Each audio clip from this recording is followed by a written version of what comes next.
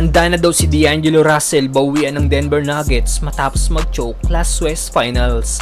Handa daw silang labanan kahit sinong team ngayong playoffs. Y'all make it a Denver D'Lo thing, but I'm ready to compete. Pero bago yan, Kyrie Irving nagbigay ng saloobin matapos hindi mapabilang sa roster ng Team USA para sa 2024 Olympics. Inanunsyo na nga po kamakailan kung sino ang bubuo sa 12-man lineup ng Team USA para sa paparating na Paris Olympics. At isa sa mga player na deserve ding mapabilang sa nasabing roster ay si Kyrie Irving na nagbigay pahayag ukol dito. Ayon sa Mavs guard, I wish my brothers well. Hindi lang daw talaga siya fit sa nasabing team dahil tingin niya daw naging mahirap ang deliberation process o pagpili sa mga player. Pero ganun pa man, respeto pa rin daw sa bumubuo ng Team USA. Focus na lang muna daw siya ngayon sa pagkuha ng kampyonato. Dagdag pa ni Kyrie na miss niya lang noong araw na lahat ay nabibigyang pagkakataon para makasali sa Team USA kung saan nagko-compete ang lahat para makakuha ng spot sa national team.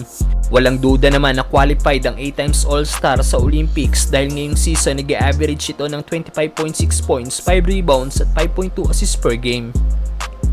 Samantalang D'Angelo Russell handa nang bumawi sa Denver Nuggets matapos mag-choke last West Finals. Kung may sinisisi ang karamihan sa mga Lakers fans kung bakit natalo ang Lakers last West Finals at na-sweep ng Denver Nuggets, ito ay dahil sa low output game na ginawa ni D'Lo. Nalumaylay ang numero at nag-average ng 6.3 points, 2 rebounds at 3.5 assists sa series na yon.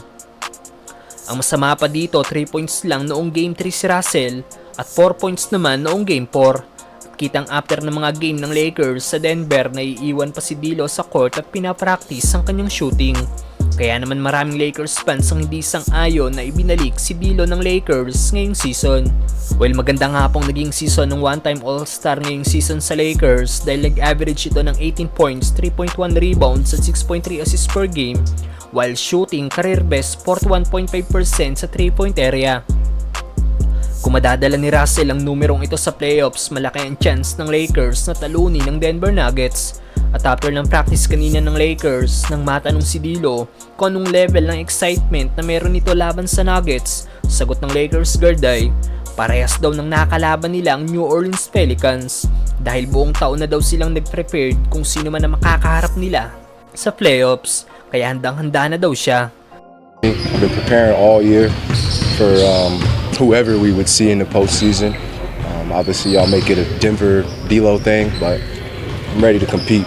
Sa naging last game nga po ng Lakers kontra Nuggets, isa si D'Lo sa player ng team na maganda ang inilaro kung saan nagtapos ito na may 17 points, 3 rebounds at 3 assists. Makikita na lang natin kung magagawa nga makabawi ni D'Lo ngayong playoffs sa Denver. D'Angelo Russell.